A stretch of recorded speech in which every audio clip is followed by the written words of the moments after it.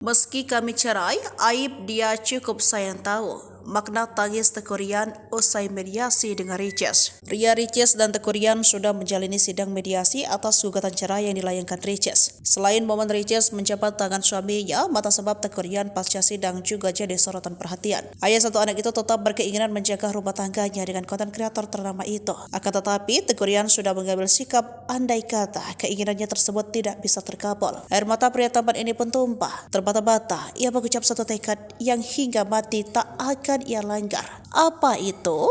Sidang mediasi perdana di Pengadilan Agama Jakarta Selatan pada Senin 19 Februari 2024. Keduanya kompak menghadiri sidang perdana perceraian didampingi kuasa hukum masing-masing. Setelah menjalani sidang mediasi, Teuku Ryan nampak menangis setelah keluar dari ruangan sidang tersebut. Ryan menegaskan apapun isi pemberitaan terkait dirinya yang berujung gugatan cerai dari Riches semuanya tidaklah benar. Boleh jadi yang dimaksud Ryan adalah tudingan dirinya tidak pernah menyentuh Riches pasca melahirkan Moana. Bahkan tudingan tersebut juga datang dari kakak ipar Ryan sekaligus suami Okky Setiana Dewi. Selanjutnya Ryan menyebut ada hal yang paling penting bagi Teuku Ryan dalam poin gugatan cerai yang dilayangkan oleh Riches. Ia pun berjanji satu hal jika nanti bercerai dengan Ria Riches. Meskipun beragam fitnahan ditujukan kepadanya, ayah Moana ini tidak akan membalas fitnah tersebut. Hal ini lantaran ia menganggap Riches sebagai ibu dari anaknya. Sehingga ia tak mungkin membuka aib Riches ke hadapan publik meskipun nantinya rumah tangga keduanya tak bisa lagi dipertahankan. Bagi Teuku Ryan, selama menjalani sidang mediasi, ia tak menemukan kesulitan apapun.